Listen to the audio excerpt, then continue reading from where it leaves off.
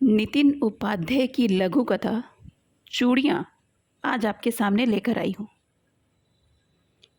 रुक्मी, आज तो चलेगी ना? गंगी ने खोली का पर्दा हटाकर पूछा। रात भर की जागी आंखों को उठाकर उसने गंगी की तरफ देखा और धीरे से सर हिला दिया।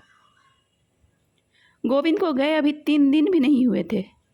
दिहाड़ी के काम से देर रात घर आते समय उसकी साइकिल पर क्यों एक बेकाबू ट्रक को प्यार आ गया था, भगवान ही जाने। अभी तक तो उसकी चिता भी ठंडी नहीं हुई होगी, पर घर का चूल्हा अधिक देर तक ठंडा नहीं रह सकता था।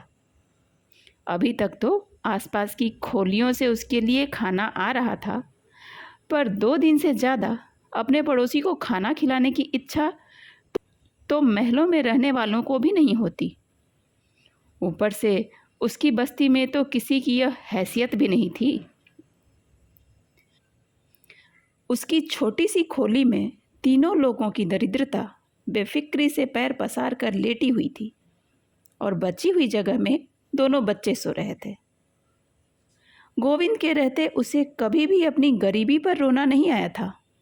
उसे लगता था कि वह गोविंद के दिल और घर की महारानी है। अपनी असहाय अवस्था आज उसे पहली बार इतनी तीक्ष्णता से चुभने लगी थी।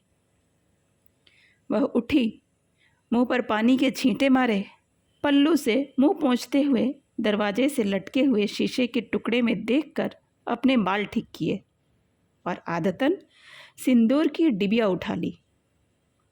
फिर जैसे मानो बिजली के नंगे तार को छू लिया हो, उसी तेजी से उसे वहीं छोड़कर वह अपनी टोकरी की तरफ मुड़ी।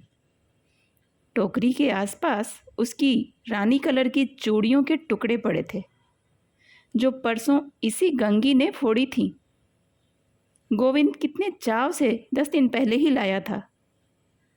अरे जल्दी चल, औरतें सुबह सुबह नहा धोकर आने लगी होंगी। महाद्वार के पास जगह नहीं मिली तो धंधा क्या खाक होगा? गंगी बाहर से बड़बड़ाई।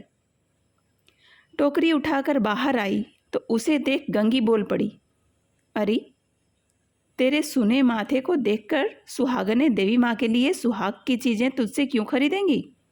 यह कहकर अपनी टोकरी से सिंदूर निकालकर एक बड़ा सा टीका उसके सूने माथे पर बना दिया और उसी की टोकरी से सुहाग की हरी चूड़ियाँ निकालकर उसकी दोनों कलाइयों में भर दी।